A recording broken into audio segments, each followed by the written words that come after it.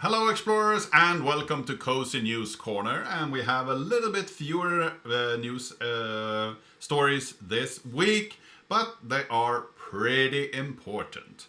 So first off, we're going to talk about Microsoft Secure Boot and the key expiration, and it will affect us running Linux because the key that was issued back in 2011 expires now this June, so it's got a 15-year runtime. So it's a pretty long-running certificate, of course, but it will expire at some point and needs to be replaced by the new one. And many that are using Linux are using something called shim, which was built by that was built by Peter Jones at the Red Hat bootloader team, and is the first stage UEFI bootloader, and it's been signed by Microsoft. And there is a new version, of course, that is also signed by Microsoft that uses the new key, but we need to upgrade our systems to get that new key into our circulation. And it doesn't really affect us if we just keep up with things and we don't change anything, because the old key will be okay as long as we don't change anything. So even though we have an expired key, we will still be safe until the point where we replace it. But a Linux system that boots today with Secure Boot will not fail because of the expiration. But for users, the key advice here is that keep the operating system up to date with the new shim packages, firmware, secure boot database updates, and so on, and provided by the distribution. And remember to never avoid manually changing secure boot keys unless directed by the vendor distribution. So if you are changing your keys, then you might run into a problem that you can't boot your system. So keep that in mind. That's the impact of this. So next up, we have the AI agent that infiltrated Fedora bug tracker system and wreaked havoc. So this was a pretty weird one. On May 27, Adam Williams of the Fedora QA team sent a message to Nathan Giovanni and said that some of the work that he had submitted and done seemed like agentic AI system work. And he replied saying that his credential had been compromised, and what the agent has done was reassigning a bunch of Bugzilla reports to Nathan's account, which is just weird because a lot of them are actually assigned by the different teams that should fix them, and most of the things were assigned to him that was from different teams that he was not a member of. So it was very weird assignments. And a couple of the bugs were prematurely closed, which is not good. And the closing messages was very obviously AI generated. And the agent also submitted an incorrect fix to the Anaconda installer project. But the Anaconda team has now reverted that PR. But two related pull requests had already been shipped with Anaconda 45.5. So if you have that version, upgrade to get the latest version and be off with that incorrect fix. Next up, we have the Linux kernel 7.1 that has been released, and it has been adding a bunch of new things, but the biggest one is NTFS support. So the NTFS file system support has now been totally rewritten, and it offers now a complete write support. So we have had read support on NTFS systems for a long time, and the write support has been a little bit of an experimental thing. It has worked in some cases, but now we have full support of the NTFS system, which is really great. We have also a bunch of memory management improvements, which includes a modernizing of the swap subsystem. I think I've mentioned that in a previous video. So it's a very interesting new technique that will make swap much less impactful. Then we have a bunch of different old systems in the 486 era.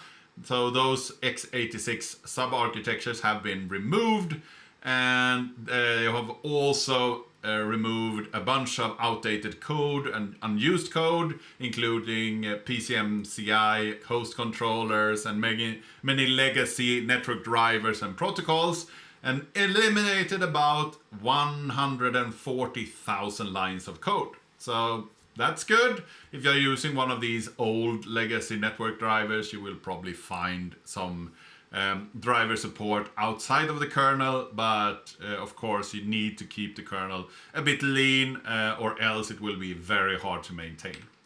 Next up we have Sternberg, the guy behind curl, which is saying that he wants a summer of bliss. So between the dates of July 1st and August 3rd, he will not accept any vulnerability reports unless the submitter has a paid support contract. So it's pretty much he's taking a vacation. And it's well deserved that actually having summer vacations off and actually do something with your family and just take a break is important for your mental health. So if, this is a quote, if you are an open source project and want to participate in the Summer of Bliss 2026, just do it and let us know. I would, of course, encourage you to do so, and to take care of yourself is the top priority. Next up, we have Arch Linux, which blocks a new Arch user repository malware problem. So they had a bunch of registrations by malwares. So it had gone through a real rough patch here, because more than 1,500 packages were compromised and across separate waves of malware attacks before the Arch developers could get a handle on it. So hopefully it will fix itself, and you will be able to upgrade packages and so on in a safe manner going forward. It's of course very disturbing when things like this happen.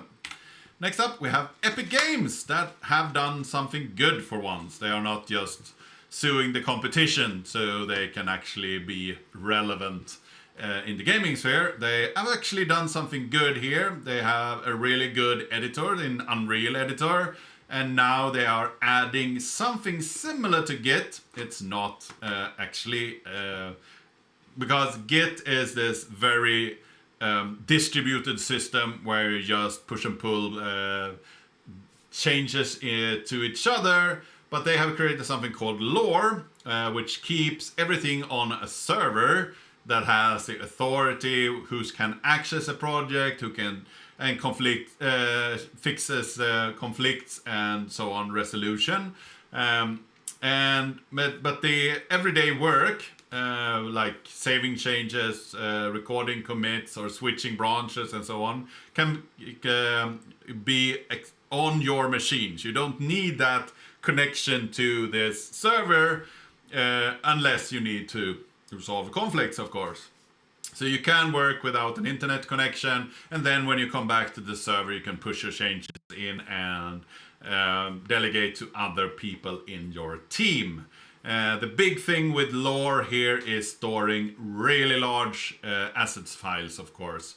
Because when you're creating a game, you have large files with a lot of assets in them, and you need to maintain that in a good way. The core library, server, and CLI is written in Rust. So if you are handling really large files in a big repository, this could be an option for you. It's open source, it's available on GitHub, so it's just download and use if you have that need. And last but not least, we have a new standard. the RFC 10008 adds the query method as of June 2026. So this is not something that is supported anywhere yet. But it's an interesting one because when we have get, when we use the HTTP call get, we usually use URL parameters in order to get some content. And when we post something, we send away a body of data in order to store data on a different system.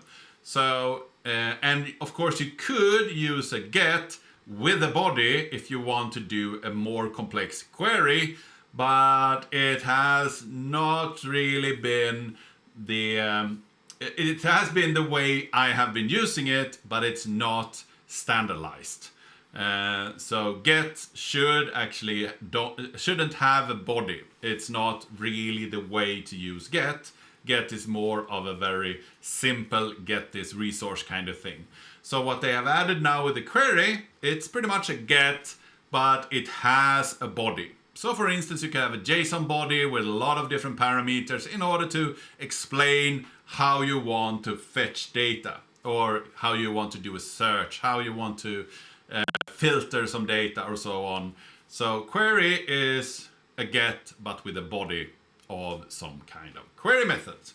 So this was what I wanted to cover today. I hope that you found this interesting. If you have any comments or suggestions, leave those in the comment section down below. If you haven't subscribed yet, please do so. If you like this video, give it a like, share it with your friends and colleagues, and I really want to see you in the next video.